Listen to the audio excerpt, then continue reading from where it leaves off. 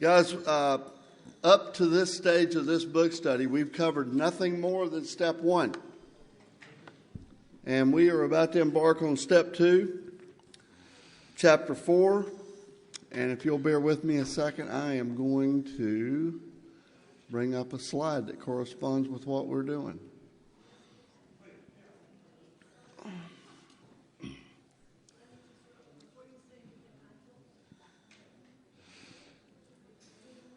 I know there's a better way to do this, but I'm just not there. Agnostics. Ag means without. Nos, knowledge. We who are without knowledge. That's what agnostic means. And I take a pretty hard shot at the Fellowship of Alcoholics Anonymous because the misinformation is being conveyed to our young. And the fellowship somewhere along the line printed a pamphlet that we have in our rack back there. I don't know if it's in this room or not, but it's 20 questions on whether you're an alcoholic. Let's just go back to May the 12th of 35, and Bill walks into the gatehouse of the Cyberling Mansion and says, "Well, Dr. Bob, do you drink while you're working? What job?" You know, really? The 2 questions are about to be read in the first paragraph on page 44. So when you're working with a new recruit or a new suspect, the questions are right here. And this is probably the only place in the book that I've found that gives us a clear-cut definition, if you will, of an alcoholic. And only you can answer it. Chapter 4, We Agnostics. In the preceding chapters, you have learned something of alcoholism. We hope we have made clear the distinction between the alcoholic and the non-alcoholic. If, when you honestly want to, you find you cannot quit entirely, or if when drinking you have little control over the amount you take, you are probably alcoholic. There are your 2 questions. How do I know if I'm alcoholic, or when I'm qualifying someone, how do I know? There it is right there. There are your 2 questions. If you can make a decision not to drink, God bless you. I don't understand you, but God bless you. Now, if that be the case, you may be suffering from an illness which only, underline that, please, a spiritual experience will conquer. So this myth, I've sat in meetings and people said, you know, if God runs you out of here, alcoholic, run you back in. What a ludicrous statement to tell somebody. Why in the world would God run you out of a God-given program?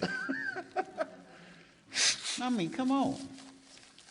The last thing we need to do to a Charlie that's walking in here, and his biggest fear is, what if this don't work,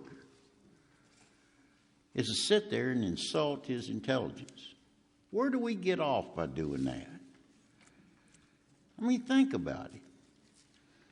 If, when you honestly want to, you find you cannot quit entirely, or if, when drinking, you have little control over the amount you take, then you're probably an alcoholic. That's our experience. We're not going to call you one. Sorry. I'm not going to call you an alcoholic just so I can sign your court slip. It ain't going to happen for me. But there's some things you can do where you can answer those questions. And if you are, then welcome home. Welcome home. To one who feels he is an agnostic or atheist, such an experience seems impossible. But to continue as he is means disaster, especially if he is the alcoholic of the hopeless variety, the step 1 sobriety. That variety. To be doomed to an alcoholic death or to live on a spiritual basis are not always easy alternatives to face. We alcoholics are real knuckleheads. You know, you're given a choice. 2 doors. You want door A or door B? Do you want to live on a spiritual basis, or do you want to die an alcoholic death? The alcoholic will go, how bad is an alcoholic death? Don't drink and drive. That's right. Well, hell, I'll quit driving then. You know, we're just knuckleheads. I mean, how bad is it? In Atlanta, I had the opportunity for 10 years to carry this message into a treatment center that was full of doctors.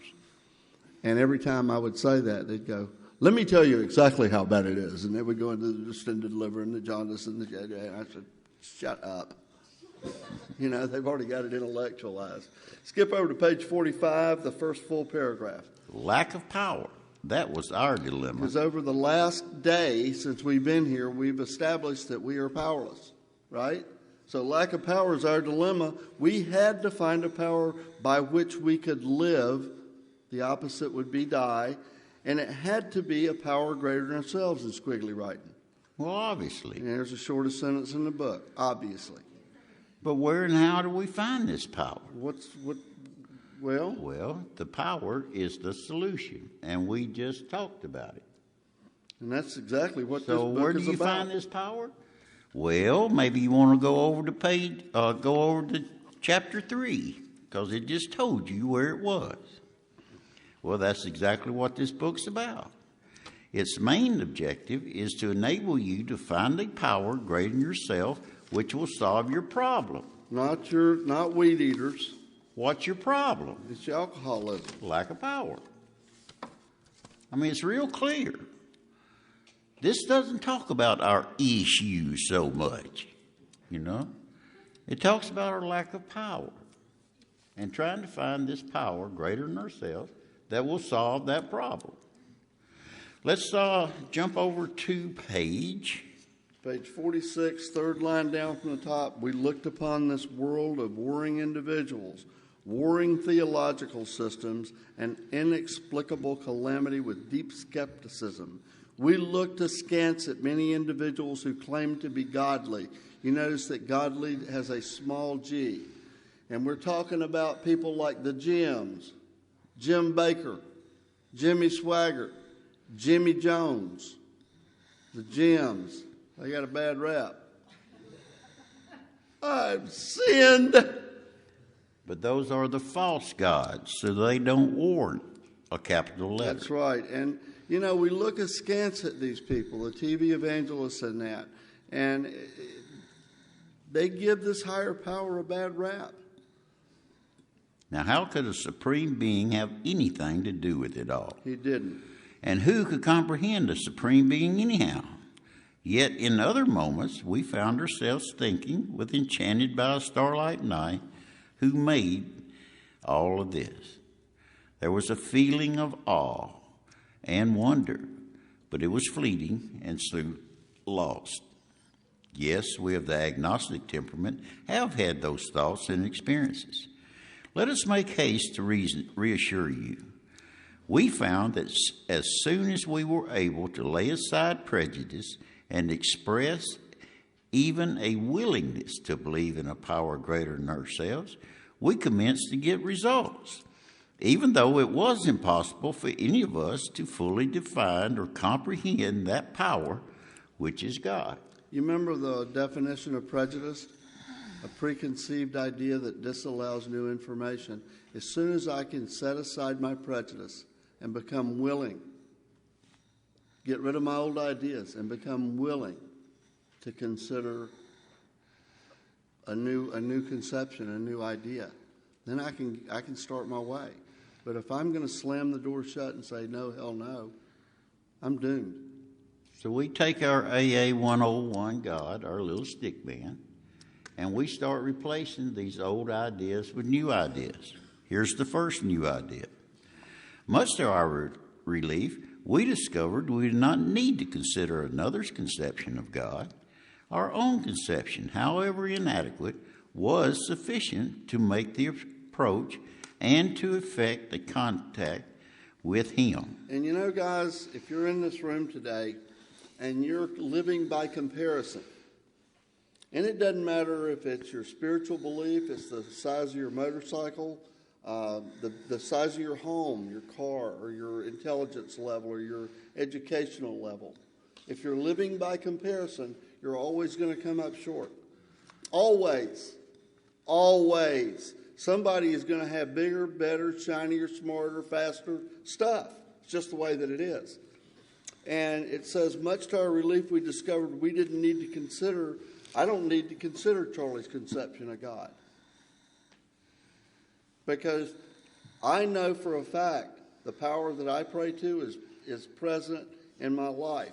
And I've never asked Charlie who he prays to. I held hands with Randy, Michael, Charlie, and Tyler yesterday in a little room back here. We prayed before we got going. And I didn't sit there and poll those guys to ask them who or what they were praying to. It's none of my business. My prayer partner of 10 years back in Atlanta, Christian, I've never asked him who or what he's praying to. None of my business. Here's why. I see God manifested in these men's lives every day of my life. Doesn't matter. My God measures up. He's proven that because I'm a hopeless, born-to-die alcoholic. And God has taken me from the scrap heap of life and given me this. So don't live by comparison. Whatever it says, our own conception, however inadequate, between here was sufficient to make the approach. Everybody in this room probably came from different areas. I know that Sam came from Carlsbad, and Randy came from just down the road, and Michael came from out in was it Yorba Linda? And everybody took a different highway to get here. Those are approaches. You might have come down to 405, or you see where I'm going? But here's the deal. We all land here. No matter what your approach to get to this building was, we all are here together. We're unified on one front, and that's recovery from alcoholism. So no matter how inadequate to affect the approach, to approach and affect a conscious contact with Him. Is this making sense? Because I'm bad. I'll compare my outside or my insides to your outsides and vice versa, and I never measure up. I mean, never. But I do know today that my God is as big and bad as He needs to be, because He keeps my ass afloat. So let's start changing some of these ideas. Here's the first idea that might be necessary for us to do for our recovery. Much to our relief, we discovered we did not need to consider another's conception of God. Our own conception, however, it was sufficient to make the approach and to effect contact with Him. And listen to these words he's about to say right here. As soon as we admitted the possibility of existence of a creative intelligence, the spirit of the universe, underlying all the totality of things, we began to possess of a new sense of power and direction, provided we took other simple steps. All right, did you see the word? As soon as we admitted the possible, not the existence, stress the word possible. As soon as we admitted the possibility. All step 2 is, y'all, is a strong suspicion. What if? What if? A strong suspicion is all it is. When Dr. Silkworth was sitting there talking to Bill, he had a strong suspicion that there was something weird about the alcoholic makeup, and it was an obsession. Once they started thinking about it, they couldn't stop, and once they started drinking, they couldn't quit. It was a theory. And all we're talking about right now is what if? It's a strong suspicion. So the first idea of what if was we discovered we did not need to consider someone else's conception of God. The second what if or idea is that now we found that God doesn't make too hard of turns with those who seek Him. Find Him. My sponsor said if you ever run anybody that's found God, run. They ain't lost. Find for those who seek God. That's the path we're on.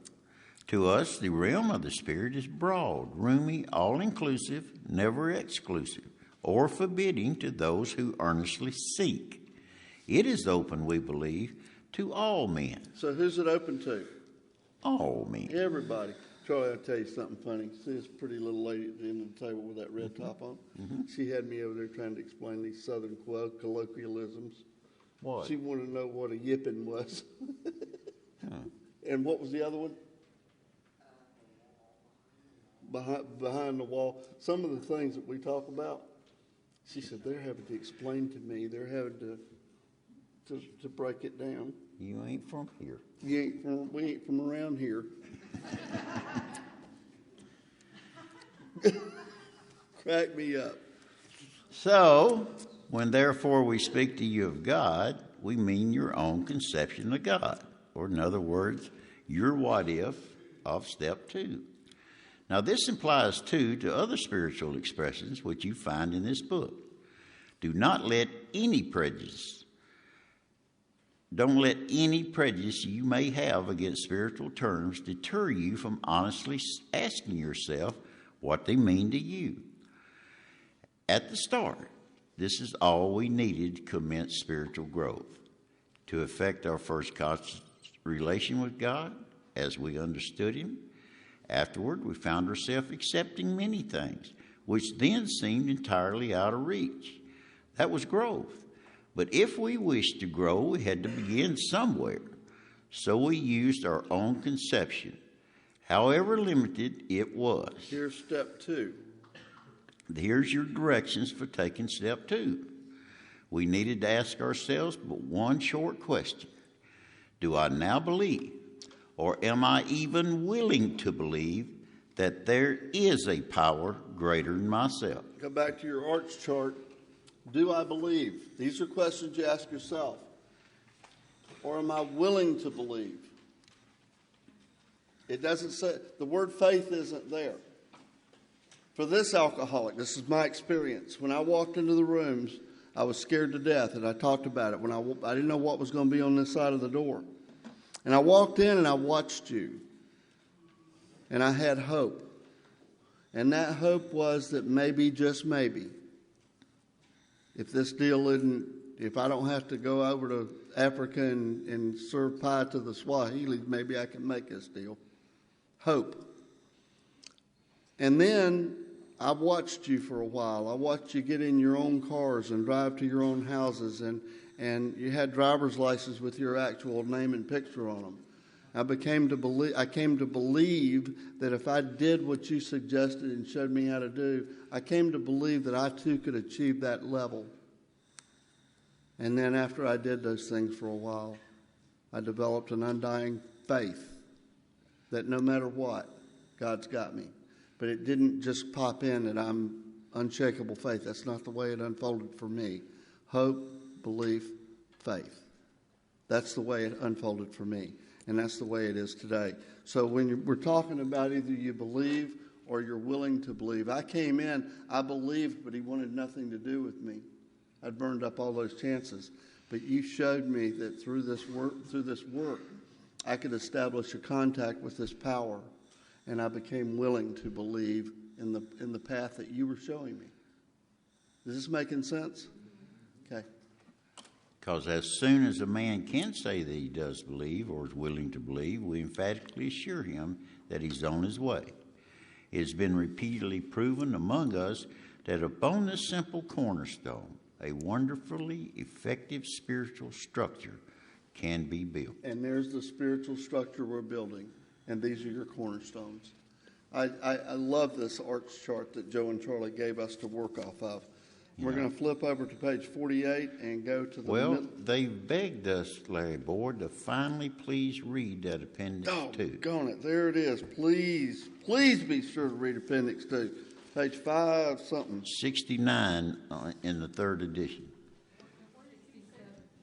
We're going to go to the spiritual experience in the back. The definition of the spiritual experience. 3 times they noted, go there and we'll tell you what we're talking about. And finally, the last one, Bill says, please go over there. All right, over here. Everybody there?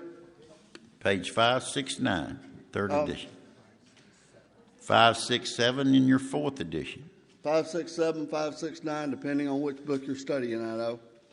And we've talked about Bill's incredible writing prowess, and it's no different here.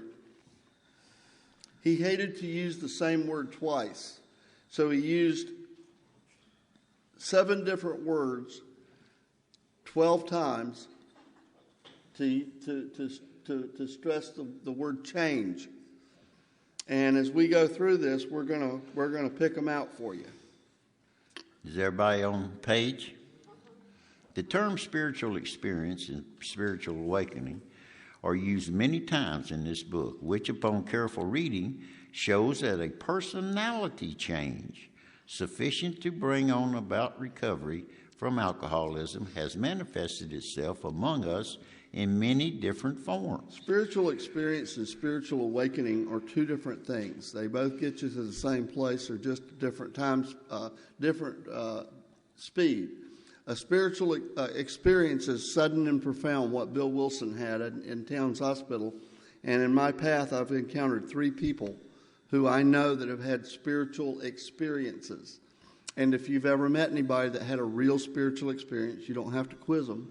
You just know it. You see it. And a spiritual awakening is more what I had. I came to believe, and my awakening happened gradually over time through an educational process. And that's pretty much more the norm instead of an experience. Yet it is true that at our first printing gave many readers the impression that these personality changes or religious experiences must be in the nature of sudden and spectacular upheaval. Change. Happily to everyone, this conclusion is erroneous. In the first few chapters, a number of sudden revolutionary changes are described. Revolutionary is the change. Though it was not our intention to create such an impression, many alcoholics have nevertheless concluded that in order to recover, they must acquire an immediate and overwhelming God conscious, followed at once by a vast change in feeling and outlook. Now, among our rapidly growing membership of thousands of alcoholics, such transformations, though frequent, transformations is change, are by no means the rule. Now, most of our experiences have what the psychologist William James calls the educational variety, because they develop slowly over a period of time. Quite often, friends of the newcomer are aware of the difference long before he is himself. He finally realizes that he has undergone a profound alteration in his reaction to life, that such a change could hardly have been brought about by himself alone. What often takes place in a few months could seldom have been accomplished by years of self-discipline. With few exceptions, our members find that they have tapped into an unsuspected inner resource, which they presently identify with their own conception of a power greater than themselves. I would suggest you highlight that inner resource reference there, because we're going to go back to that in a little bit. Now, most of us think this awareness of a power greater than ourselves is the essence of spiritual experience. Our more religious members call it God consciousness. There's some subtle language. Now, most emphatically, we wish to say that any alcoholic capable of honestly facing his problems in the light of our experience can recover. Now, provided he does not close his mind to all spiritual concepts. He can only be defeated by an attitude of intolerance or belligerent denial.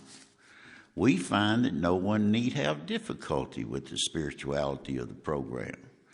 Willingness, honesty, and open-mindedness are the essentials of recovery, but these are indispensable. There is a principle which is a bar against all information, which is proof against all arguments, and which cannot fail to keep a man in everlasting ignorance. That principle is contempt prior to investigation. And they attribute that to Herbert Spencer, but there's some question as to who really wrote that. We're going to flip over to page 48. Yes. The very last sentence of spiritual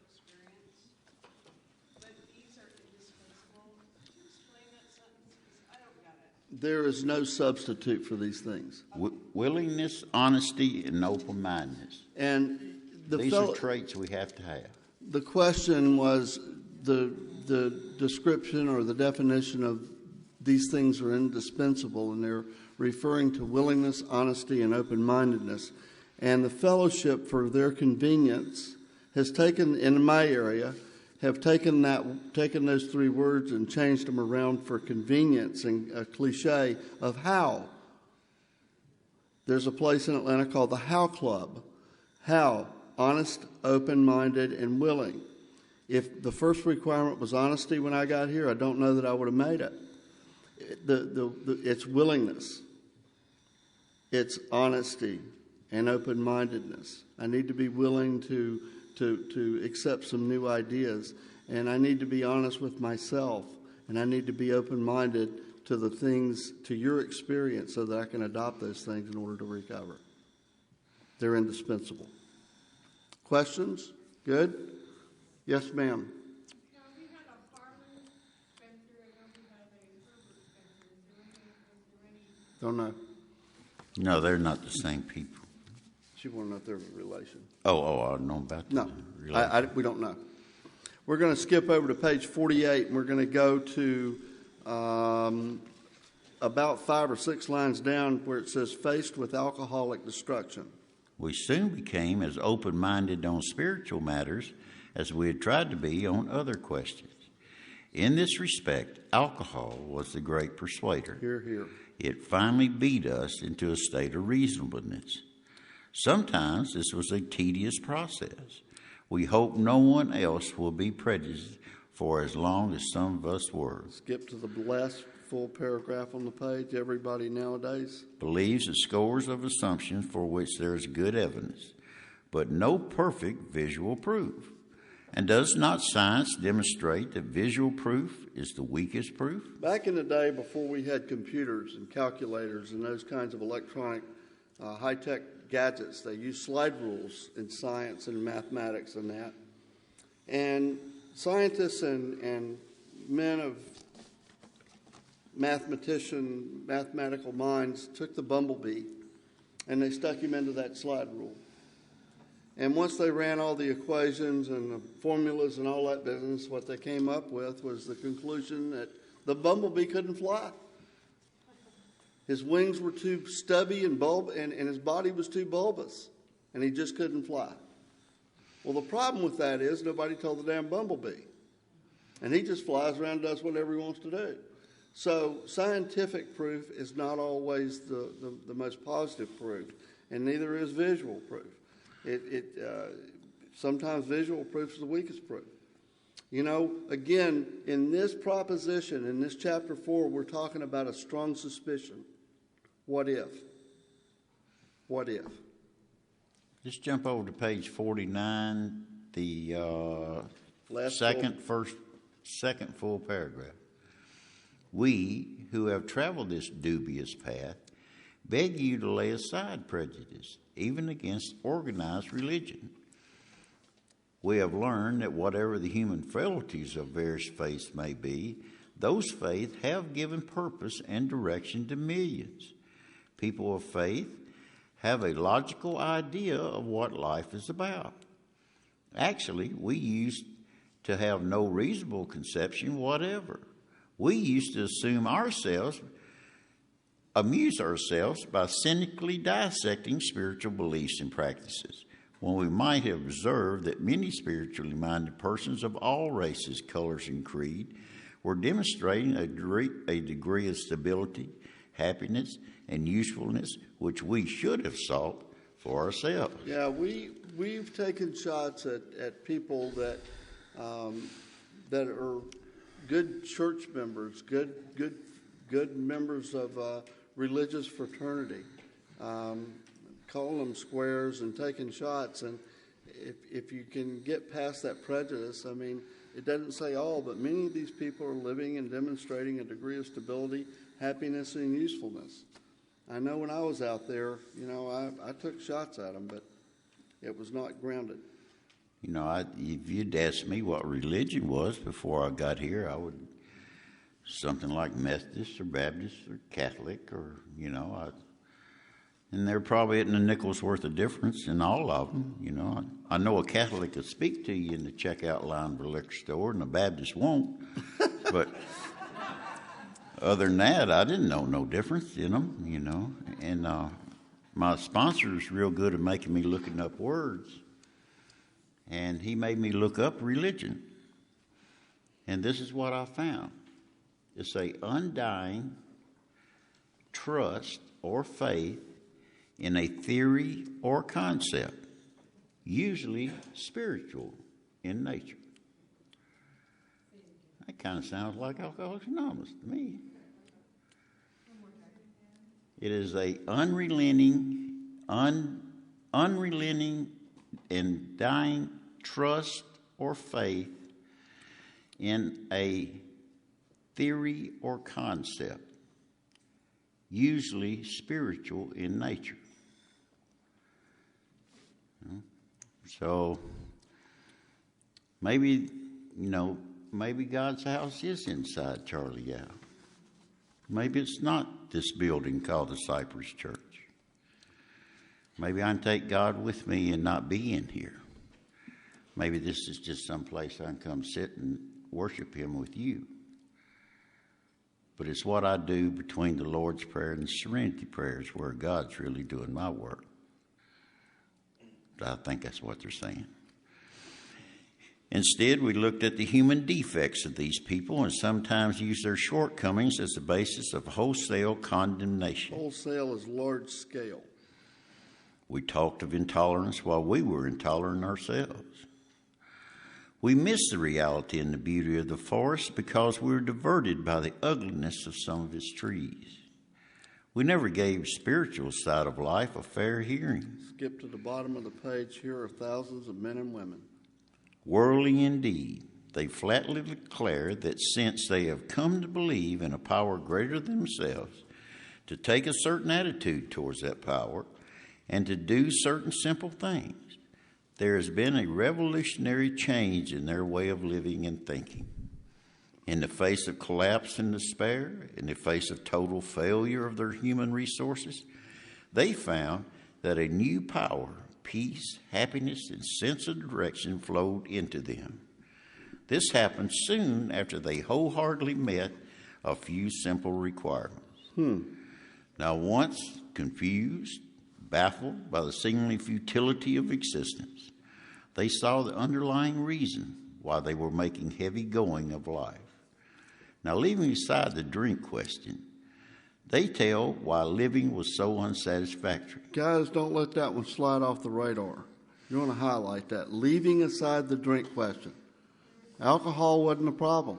It's the way I thought and the way I felt and the way I responded to life. It says they tell why living was so unsatisfactory. We drank to make it, the voices Charlie talks about. He can shut them down for a minute. We can all shut it all off for a minute. It wasn't the drinking that was the problem. It was the drinking that was the solution to the voices and the insanity that was created up here. Leaving aside the drink question, they tell why living was so unsatisfactory. We wish for the end. Just exactly. Bill's reiterated, just like we talked about on page 29. In our own words, how we have established and how we maintain that connection with our God. Not our war stories. That's not it. We all got those. Not so much just our powerlessness. How many people can take step one in this room right now? Okay, so we got a pretty good quorum. So there's no need to talk about that. We have recognized the problem. Now, do you want to spend all night talking about the problem? Or do we want to get into the solution? I mean, if we're going to just talk about the problem, we might as well just go back to the doctor's opinion and Bill's story and just talk about that for a little while. And here it says, they tell why living was so unsatisfactory, but listen to this next sentence. They show how the change came over them.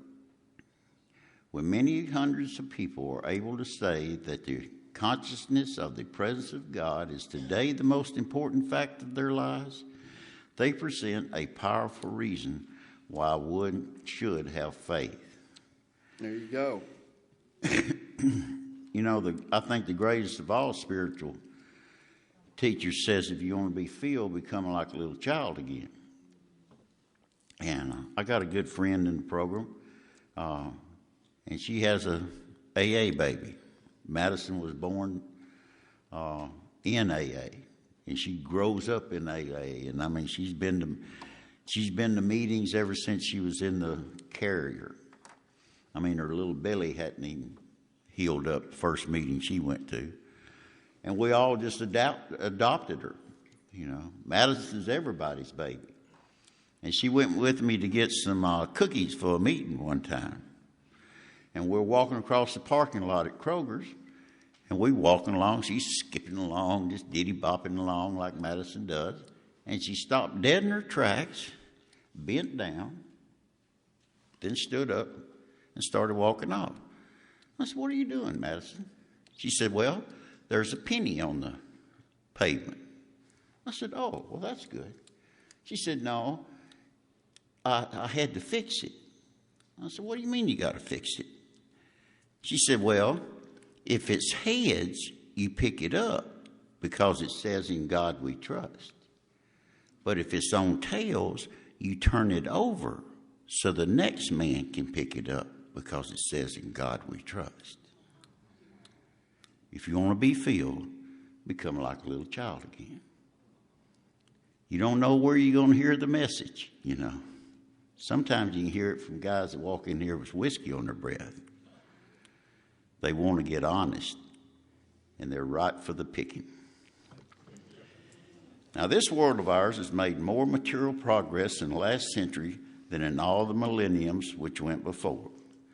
Almost everyone knows the reason. What is the reason? Well, students of ancient history tell us that the intellect of men in those days was equal to the best of today. And that's hard to get your brain around, isn't it? When we're shooting rockets off in the sky, and I've got more power in this BlackBerry than they did when they put the man on the moon. There's more power in this little computer, because those things that they had back then in the 60s were basically monitors. And they're saying that the men of ancient times had the same intellectual power as the great minds of today. And let's listen to this. Yet in ancient times, material progress was painfully slow. The spirit of modern science inquiry, research, and invention was almost unknown.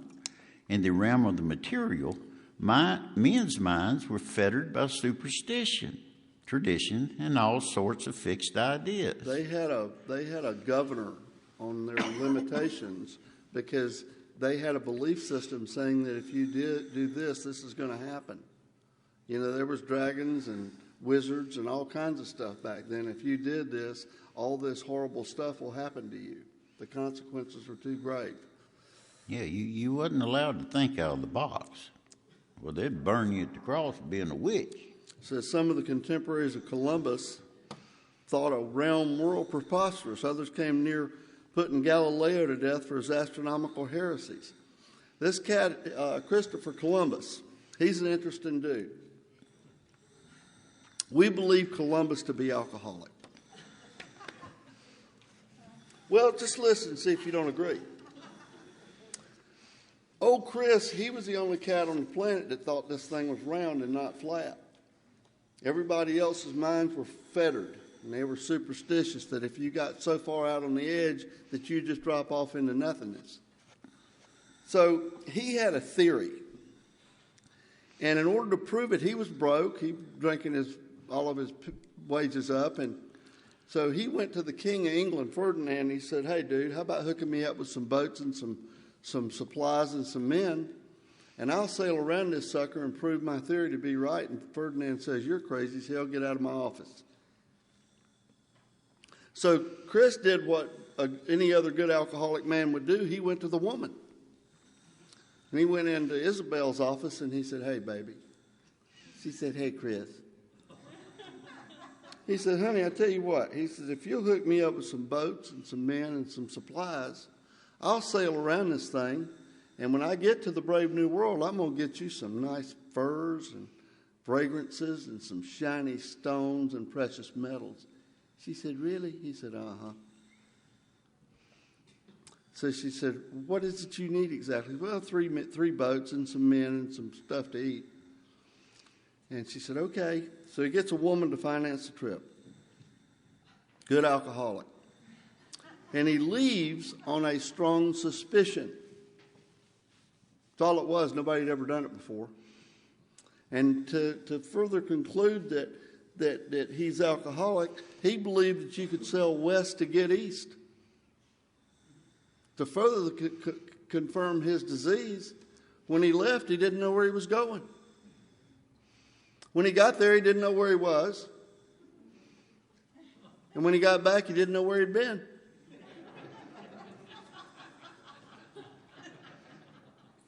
So he walks into Isabel's office all puffed up like a peacock, and she said, Chris, where's my stuff?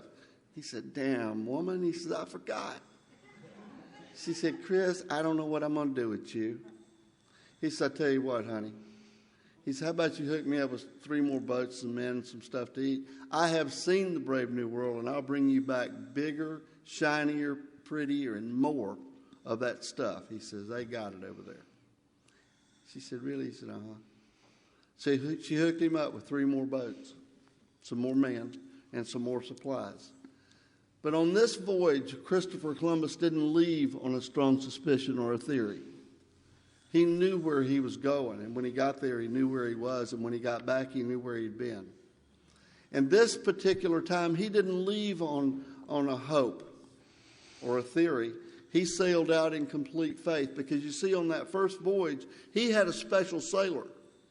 And he put him up on that lead ship, and he said, dude, he says, you get up on the bow of this boat, and if you see the edge of this thing coming, you start waving and hollering and whooping and waving that lantern, and we'll turn these boats around. Now, his theory wasn't strong enough to where his ass was on the front boat. Chris was on that third boat back. But on the second voyage, he left in complete faith. And his ass was on that front boat like king of the world. So it took men to think out of the box, like Charlie's talking about, for us to get to where we're at today. Christopher Columbus, thank God he had the balls to get out there and prove this theory. And it's just been that way ever since, you know.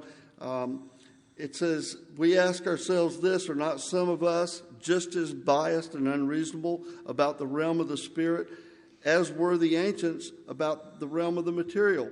Even in the present century, American newspapers were afraid to print an account of the Wright brothers, that's Galileo, the Wright brothers' first flight at Kitty Hawk. These 2 bicycle mechanics from Ohio, they took some bicycle chain and some sticks and some cloth, and they strung it together. And aeronautical engineers they hadn't done it. I mean, Langley's flying machine, aeronautical engineer, he put that puppy and sunk it in the Potomac.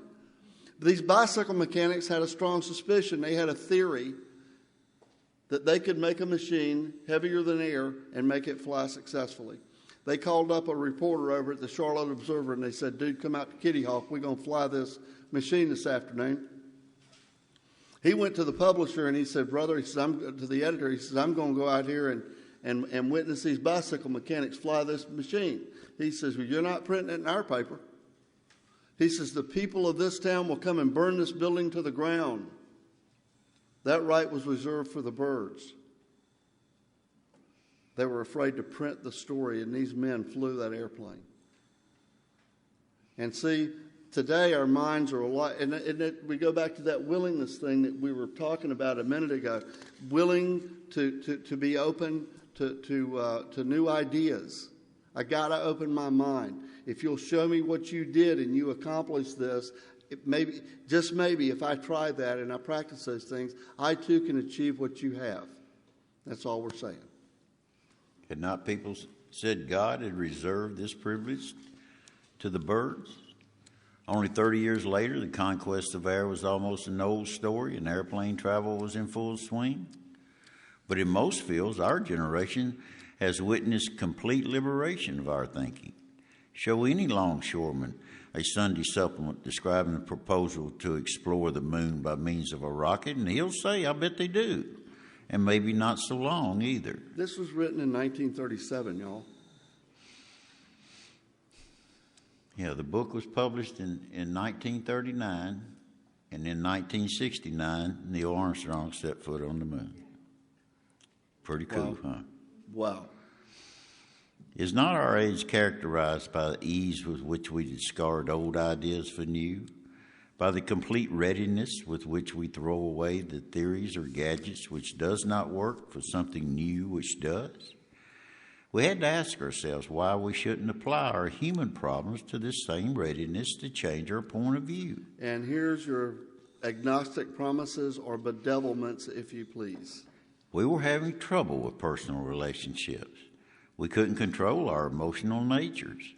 We were a prey to misery and depression. We couldn't make a living.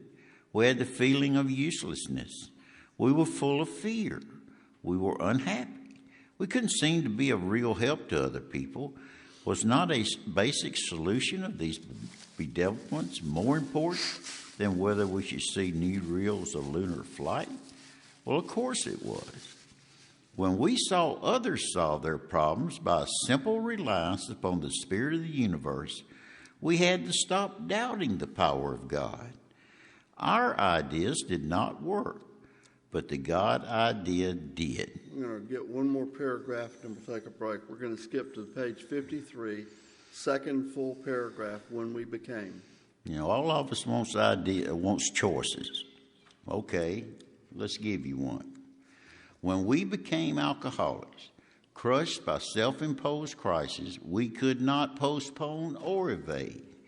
We had to fearlessly face the proposition that either God is everything or else he is nothing. God either is or he isn't. What's our choice to be? So they're hitting you right between the eyes on the step 2 proposition.